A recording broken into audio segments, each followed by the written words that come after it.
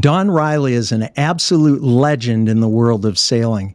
She has raced in 4 America's Cups, in 2 Whitbread Round the World races, and was the first woman ever to manage an America's Cup sailing team. Dawn was also named one of Sports Illustrated's top 100 greatest female athletes of the 20th century. She has been inducted into the National Sailing Hall of Fame, the International America's Cup Hall of Fame, and the Michigan Sports Hall of Fame, and is the only person to be inducted into all 3. A past president of the Women's Sports Foundation, Dawn is also a much sought-after motivational speaker. She is currently executive director of the Oakcliff Sailing Center, a training and coaching organization in Oyster Bay, New York. Oakcliff offers unique programs from corporate team building to a residential program for athletes seeking a career in the marine industry. Through these programs, Oakcliff builds American leaders through sailing and is helping the U.S. to regain its leadership position in the sport. I'm super excited for our conversation, and it's an honor to have her on the show. Welcome, Dawn, and thanks for joining us on Life Excellence. Thank you for having me. Dawn, based on my very limited knowledge of sailing, and you'll understand as we get into the conversation just how limited it is, but it seems like the people I know who sail grew up sailing. Either their dad sailed or their parents were into sailing. And the other thing is that they continue to do it their entire lives. Do you find that too? And how did you first get into sailing? Well, first of all, sailing is a great sport because it is a lifelong sport. I'm still very active, and I'm just about to turn 60. So it is a lifetime sport. The longevity is wonderful. One thing that I've been working for since the mid-90s is to change the fact that before you used to have a family that sailed, which I did. We didn't race, but we sailed. We didn't belong to a yacht club, but we sailed. And we're trying to change that as quickly as possible to introduce the sport to all different parts of America in particular, but also the world. And I think you were just 24 years old when you joined the crew of Maiden, the first all-women team to sail the Whitbread Round the World race, which is now called the Ocean Race. How did it feel to be part of that team, especially given the barriers that were being shattered in the male-dominated world of sailing? That was revolutionary to have an all-women team, wasn't it?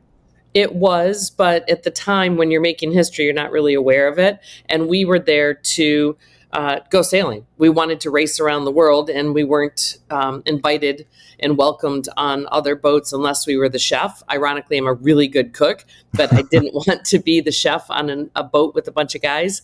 I would have preferred to sail co-ed, and that's what I've worked forward to. So even when we were breaking the mold, we figured we'd do one all-women's team. The guys would go, "Oh, that's right, those girls can sail." And then we'd be integrated. Of course, that didn't happen right away. Was that the first time that you had sailed around the world? Yes. Yeah. 1989. I was only 24. I mean, I had to go to college and do a few other things first. Yes, I understand. Dawn, describe what it feels like for you to be out in the middle of the ocean, halfway around the world. I think it's a feeling that most of us will probably never experience and probably can't fully appreciate, especially if we're not sailors. Well, when you're out there, it's beautiful, it's quiet, it could be noisy, it could be scary, it's isolated, but it's extreme, and you're in the moment and you're in the zone. I've always find the harder parts is getting ready to go and the anticipation, being anxious because you want to get going, and also a little afraid of what you might see and the unknown. And then the worst part is actually coming back to land and having all of the noise and all of the other stresses that you could just not have. I mean, I just came back from the Newport to Bermuda race, and it was an amazing experience to watch all these young people on, we had OC-86, a maxi boat. So we sailed with 24, and to see them interact and form a team. And I knew that we were getting within cell phone range of Bermuda, but I didn't bring it up. And it was almost sad. The first kid that turned on his phone and went, "Oh my God." And everybody's heads down in the phone again. So there's something pure and beautiful about being out there. Is that what you enjoy most about being out on the water? The full focus. The serenity. Yes. Mhm. And I think serenity, I'm probably not spoken properly about that. It's the zone, the focus. It might be beautiful and quiet, and the moon and the moon and the sun up at the same time, or it can be just insane with wind and storms, but you have no distraction. You're just trying to get the boat there safely as fast as possible. Yeah. You mentioned storms, and I'm guessing you've obviously encountered storms and other challenges through the years. I actually had Laura Decker on the show a while back, and I'm sure you know her. Yep. But for those of you who don't, Laura, at the age of 16, was the youngest person to solo circumnavigate the globe. And one of the things that really surprised me was how she responded when I asked her if there was ever a time that she feared for her life when she was sailing, or maybe thought that she wasn't going to get through a situation. And she told me that getting scared was not an option, because what she said was that being afraid would increase the possibility of making a mistake. And so she didn't allow that to enter her thinking. So I wonder, Dawn, how do sailors train for adversity so that they don't panic in a storm, either a literal storm or a figurative storm, some other kind of adversity? And what can we all do to handle ourselves better under pressure? The first What's thing the is bigger lesson? you prepare. And we always say that stress makes you stupid, because it does. The adrenaline and the blood rushing through your ears and your brain, and you're locking down. So the more you're prepared, the least stressed you are in the moment. After a situation happens, sometimes then you take a second breath. You're like, holy crap, that was close.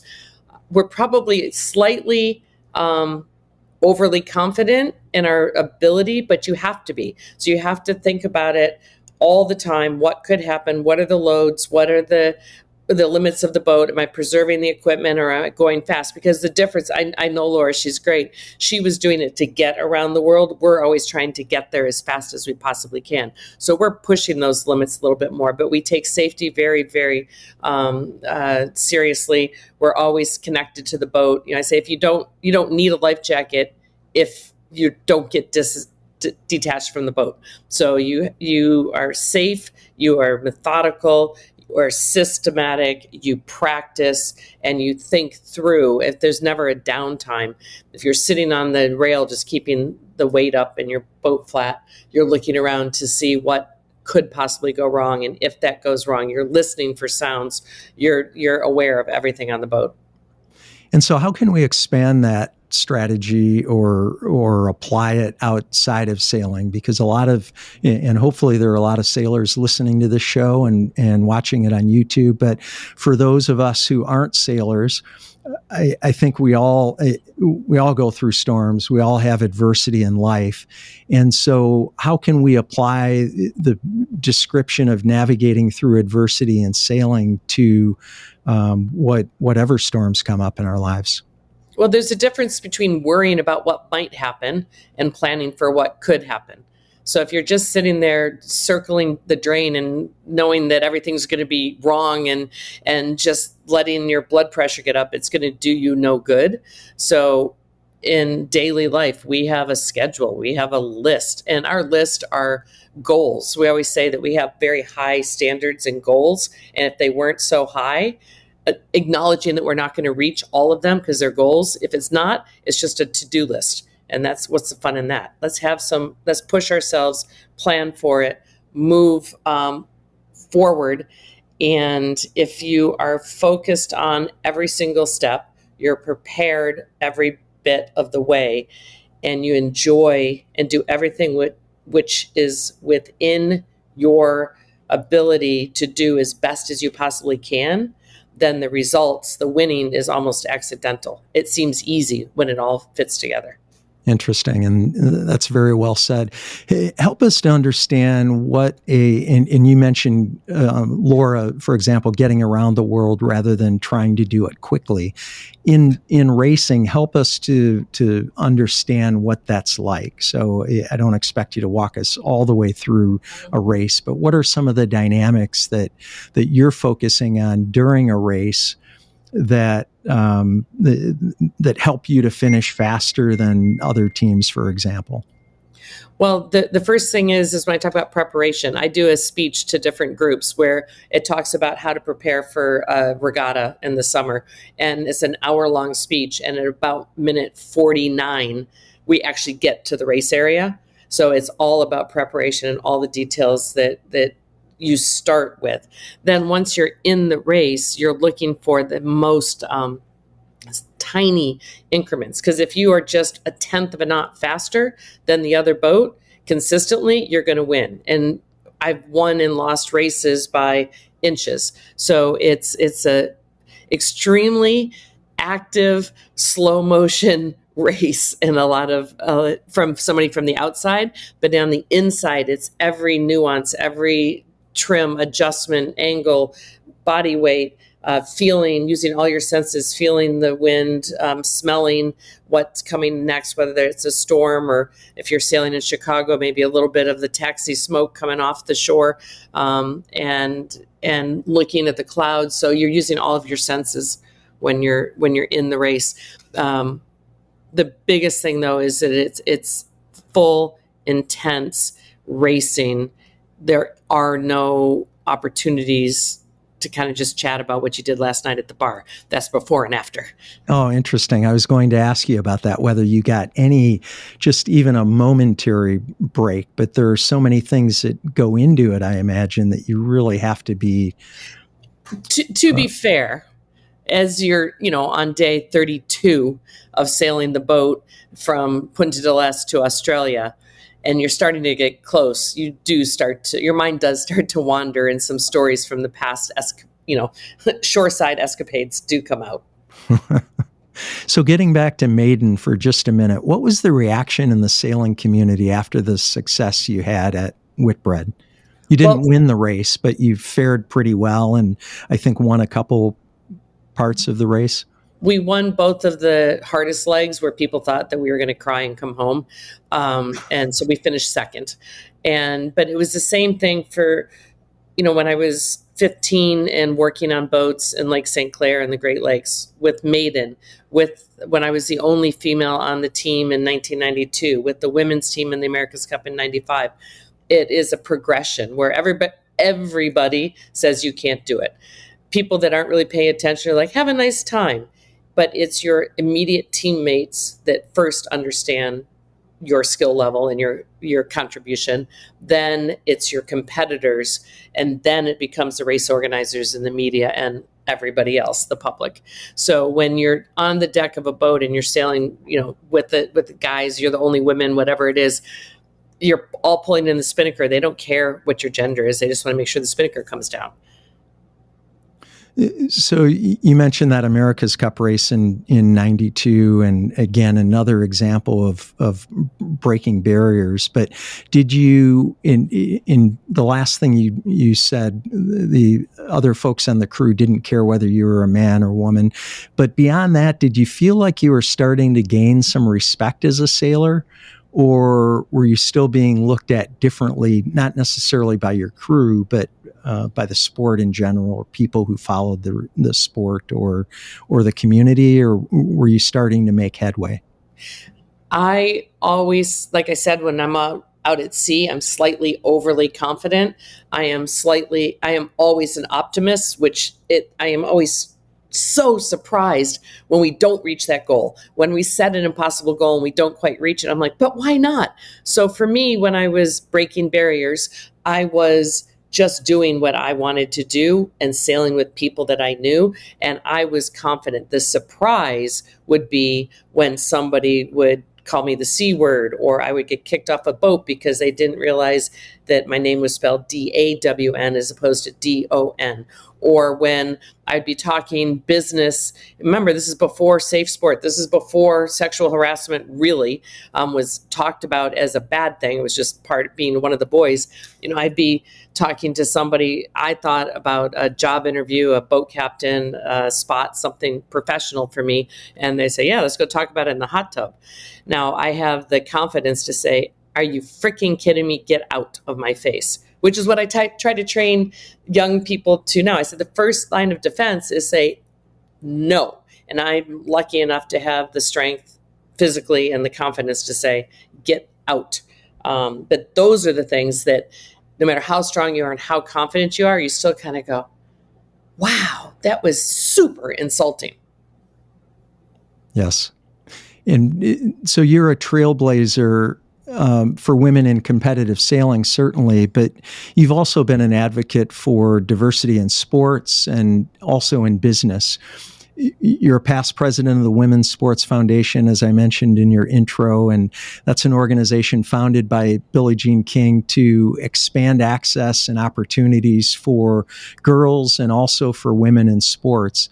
What do women bring to sailing teams? Because I know you have a very strong opinion about that skill set, and I actually share that in generally speaking and certainly in business. And so what do they bring to sailing teams first? And how are businesses better with women on their leadership teams? Right. Well, first of all, Billie, I think, is the eternal optimist as well. She expected the Women's Sports Foundation to be in existence for about 5 years, and then we would have cured all of the issues with women in sports and we'd have equality.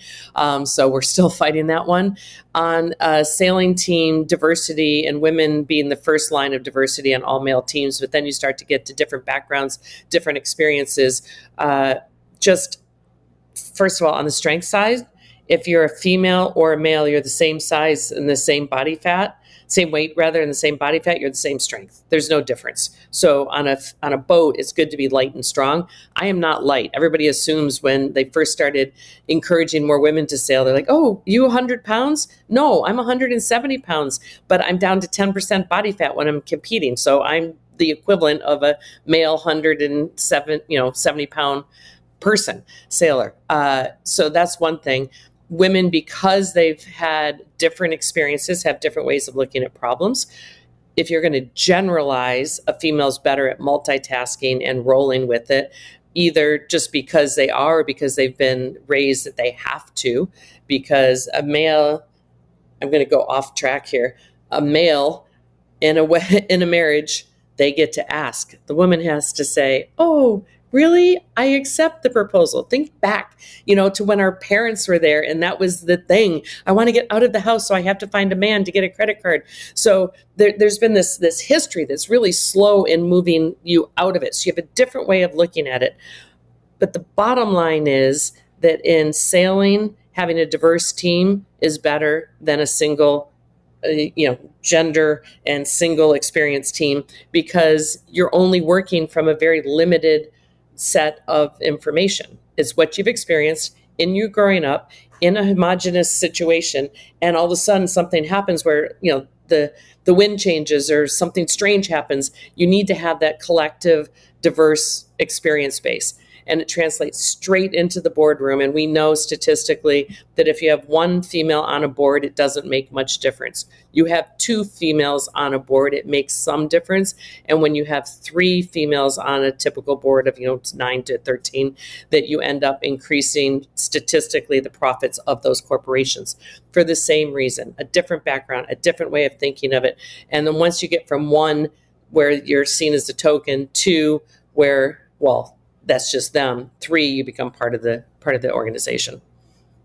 Well, first of all, I wholeheartedly agree with you, and my context for application is more on the business side, not on the sailing side at all. But I found that continually. It's a different. Women think differently. They bring a different set of skills to the table, and I would say even one person on a team, if that person isn't the token woman, to use your words, but if that person is truly given a voice and an opinion and is heard and is part of collaborative decision making, then that collective decision is better than the decision of just the men in the room. Absolutely. If the woman isn't being heard. And if we got to the point where there were all women boards, having men on it would do the same thing. It's the different background. And then when we can start adding in the cultural diversity and international diversity, that's also seen as a strength. Sure, totally agree. And I feel like we're making decent progress with equality in sports, and we certainly are in the C-suite, and we can argue whether it's enough or not enough. But I think we've made progress, certainly in the 35 years since you've crewed on Maiden. How would you assess the progress in sailing, and then more broadly in sports and business? I'm interested in your perspective on that. In sailing, the final frontier is women in decision making, and that means women boat owners and female tacticians and skippers, because they're the ones that make essentially the hiring decisions. So they're the ones that say, of course, we're going to have, Shirley as our helmsperson. There was one time I was sailing on a super yacht, which is the Gucci side of sailing. It's like the Perini Navis and St. Bartes and Porto Cervo and all that. And I was in charge, and I was lucky that I knew somebody that put me in charge, and they loved me. And I lost my helmsperson. And I turned to my friend Sam Davies. I was like, "Hey Sam, do you want to steer a Perini Navi in New Zealand?" She's like, "Sure." So actually, that was St. Bart's.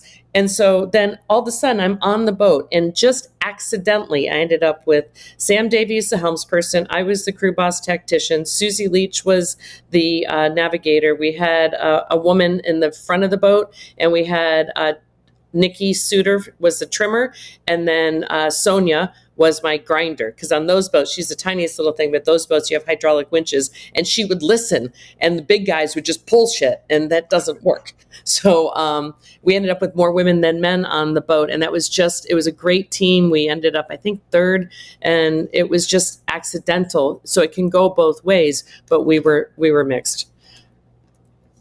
Let's switch gears a little bit and talk about Oakcliff Sailing. Since 2010, you've been the executive director there. Tell us about the origin of Oakcliff. It's a fascinating story, and about the great work that you're doing there. So I was sailing super yachts. I was going to run for office. I was working in politics. I was going to write my second book. I was doing motivational speaking. I had no intention of moving to Long Island, New York, as they say out here. But I was also a consultant. So I worked with developers and different organizations. And I also did a fair amount of pro bono nonprofit work. And so I was recruited literally off of Facebook. And they said, "We would like you to come out and meet with us." And I helped them with a community sailing center. And then they said, "We also have this other thought. We have too many boats. We have some money. What would you do to change the sport of sailing?" So I was given that. I was hired for a year as a consultant. And as you know, at least in my opinion, a failed consultant is when your answer is, "Oh, I'm the person to fix the job." The consultant's not supposed to get themselves hired. The consultant is supposed to help the organization be stronger. But they refused to do it without me. And I argued for 3 months, and I finally said, okay, just before Christmas. And I moved out here January 1st of 2010 in my car, which is a little Ford Escape that fit everything that I needed to move to New York. And I was going to stay here 3 years. I'm here 14 years. But the mandate was to take these assets and change the sport. And I had come from a unique position where I had been in the industry. I had been on the board of U.S. Sailing, the national governing body. So I had identified some different areas that we had some concerns. And I did put together the business plan and the 3-year strategic plan. And I accidentally came across it about 3 years and 2 months later. And I looked at it, I was like, oh yeah, we did all that and we did more. So we had the plan. I never opened it up again, and we just moved forward. And so now one of our first mandates was to fill Oyster Bay with sales. We've done that. And then we went from, in the match racing, which is a world circuit, we went from having just one person in the top 100 to we dominate in that area. The Around the World race, my graduates just won the ocean race, the Mark and Charlie with 11th Hour Racing. And the Olympics is the one that we're still working on, because nobody in America will be shocked when you have a national governing body. It's like working with Congress and all three wings of governance all in one room, and trying to get things done is not easy. On top of the fact that you're trying to market the opportunities to 12, 15, 17-year-olds who all think that they have invented the sport of sailing, and you have to kind of corral them. So it's the hardest one at both ends, the young and the old end. And so part of the charge when you started was to raise the caliber of sailing in the United States. What did that look like? Give us a sense of how that was in 2010, how we were faring vis-a-vis other countries, and how much progress are we making to put America back on top of the sport? We're making a significant amount of progress, and specifically with Oakcliff. And one of the things that we don't really talk about in our marketing, but is the key thing where we've probably contributed the most is, and it gets really complicated, but there was a group that decided that professional sailors were bad and they cost the sport too much money. And so there was a restriction on professional sailors, like having to get paid to go sailing, and then you weren't allowed to sail. So it was a self-fulfilling prophecy of throwing our talented people down unless they were rich. Because what it really said was, if you have enough money that you don't need, you can eat and live the life of a sailor without having to make money, then you can. But if you're somebody like me who grew up middle class and had to work her butt off, you can't get into the sport. So that is the thing that we've really done completely different than anywhere else in the world. And New Zealand and Sweden and China, they come here and train with us because we train everybody, not only in the sailing side, but in the maintenance, the boat work. We give them technical skills so they can become a sailmaker, they become a designer. And we have serious graduates in serious places becoming leaders in the sport of sailing, and some who have taken their experience and gone out. And we'll see when the first one's elected to Congress. There we go. That'll be a big test. Well, and I'm glad you moved it outside of sailing, because that's a segue into my next question. And just in researching for the show, the programming at Oakcliff Sailing is incredible. And I was looking at your brochure, and it states, and I'm quoting, that Oakcliff offers an innovative environment that infuses sailors with a culture and drive for success. And so looking at it from the outside, and again, I understand everything you said about technically how you're helping sailors to race and preparing them for jobs within the marine industry. But it really seems like the lessons they get at Oakcliff transcend sailing. What is the skill set that students develop that helps them to not only become better sailors, but can be applied more broadly in their business and professional lives, even if, like you said, they end up in Congress or someplace else outside the marine industry?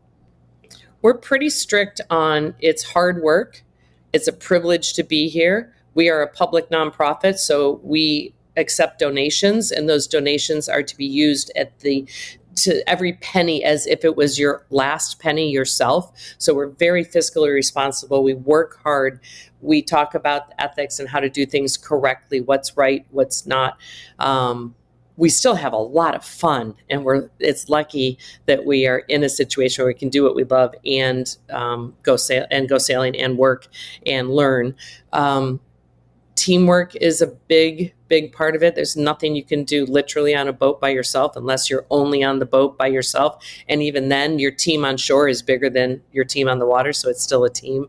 And it's a hard place to be a trainee and to work here. And people don't always make it. And I would say out of every year we have 60 to 70 people that come through the program. And there's probably 2 or 3 that really, really don't like me at the end of the summer. And then eventually most of them come back at some point and they're like, you were really mean to me. Thank you. And I just want to say, why did it have to be that hard? We shouldn't have had to fight. But yeah, we attract people also that are passionate and strong-willed and want something that's not normal. Well, and I think sometimes you can impart wisdom, but students aren't ready for the lesson. And so maybe the folks who come back after the fact and say you were really mean, or you were hard on me, or you did this or that, but that they appreciated you doing that they just weren't quite ready for it at the time. And The best part is when I see, like, the group that we have on site right now is so tight and so good, and they all came to us during COVID. So, and we had a little mini insurrection during COVID. We kept everybody safe. We let everybody sail. We came up with innovative ways. We helped the state of New York reintroduce boating to the public. I mean, we did like groundbreaking stuff in the middle of a pandemic, which is exactly what we talk about on the boat. You think about what you have a problem, you think about all the factors, and you come up with a solution. We made face coverings, buffs that were athletic, so you could sail in them. They were sun protective. And because we're sailors, because there's usually some sort of social event, we put grommets in that you'd wear in the back. And when it was time for the regatta party, you could put a straw in and have a cocktail. So it's fun, it's driven, it's problem solving, we move forward. But so most of the people that are here right now made it through that, where some of the people thought that I was being mean because COVID was all my fault because I was the one in charge telling them that they couldn't go out and date on Tinder during a pandemic. Shocker, but to a 20-year-old, it could be really traumatic. And then this group, they're so good with each other and so good at what they do, and open, discussing what is going on. They're strong enough to identify a problem without feeling like they're tattletaling. They will take care of it themselves. They're really, really good, strong individuals. How do students find Oakcliff, and you mentioned that we're in 2024, and so COVID is started a few years ago.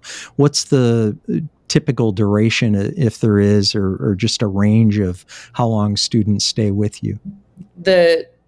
If I knew how we found them all, then I would be better at finding more, because we basically, if the more people that are here, we just keep adding programs. So we haven't reached critical. Well, actually, for the Bermuda race, we had 89 people go to Bermuda. That was the most we could fit with all the training and everything.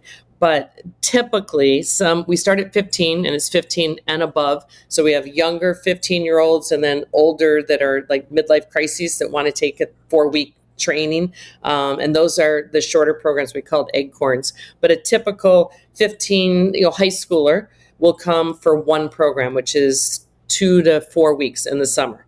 And then they'll come back the next summer, and there'll be a sapling, which is the whole summer. And then if they're getting out of school or they're taking a gap year and they're one of the better ones, we will hire them and they'll become a staff member for 2 to 3 years. So a typical would be a short program, an all summer, maybe go back to finish high school or finish college or take a gap year and then become a staff member. And then we also place them onto in career paths. So we have people, all, like I said, all through the marine industry and outside of the marine industry being successful humans. And now, I've never had children. I never wanted children. When they drive me crazy, my mom laughs at me.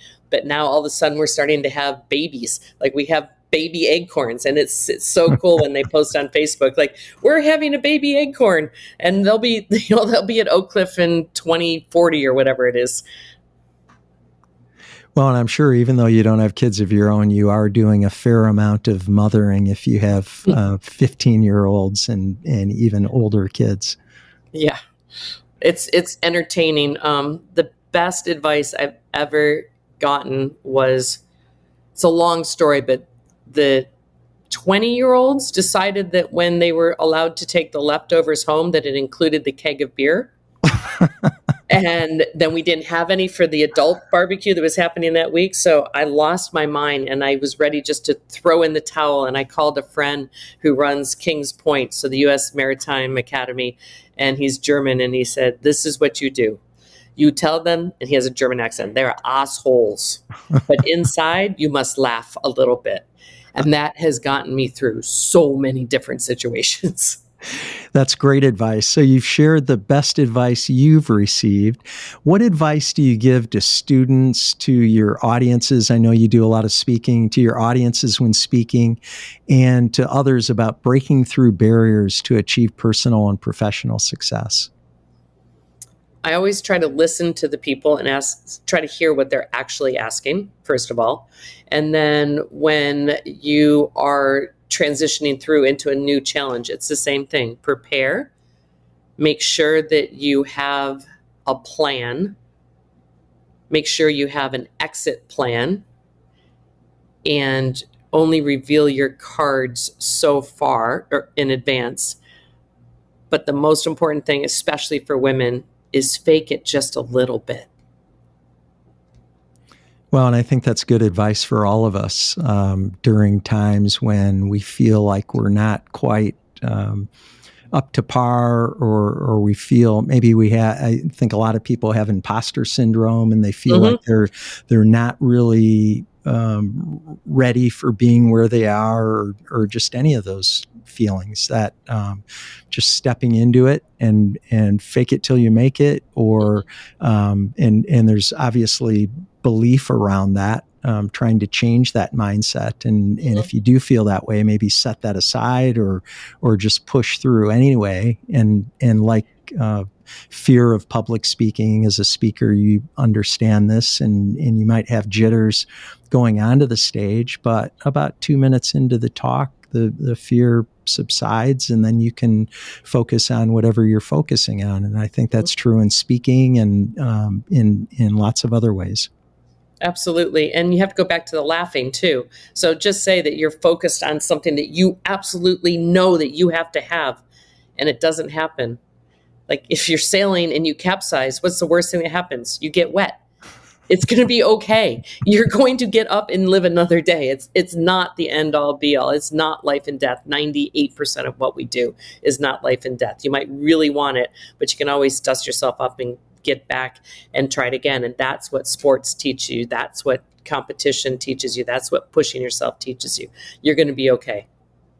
That's good perspective and good advice. Dawn, our show is called Life Excellence, and I'm curious, what does excellence mean to you? Ooh, that's a good question. I think I talked about it earlier, is doing every single thing that you possibly can as best as you possibly can in the moment. And a significant portion of that is mental. One thing we haven't talked about is being physically fit. And that, I think, allows you to be strong mentally. And so get out there and move. That's important. Dawn, thank you so much. It's been great to meet and get to know you, and I'm very grateful for you coming on the show today. Thanks for having me. Come visit us at Oakcliff. I would love to do that. Thanks for tuning into Life Excellence. Please support the show by subscribing, sharing it with others, posting about today's show with sailing legend Dawn Riley on social media, and leaving a rating and review. You can also learn more about me at brianbartes.com. Until next time, dream big dreams and make each day your masterpiece.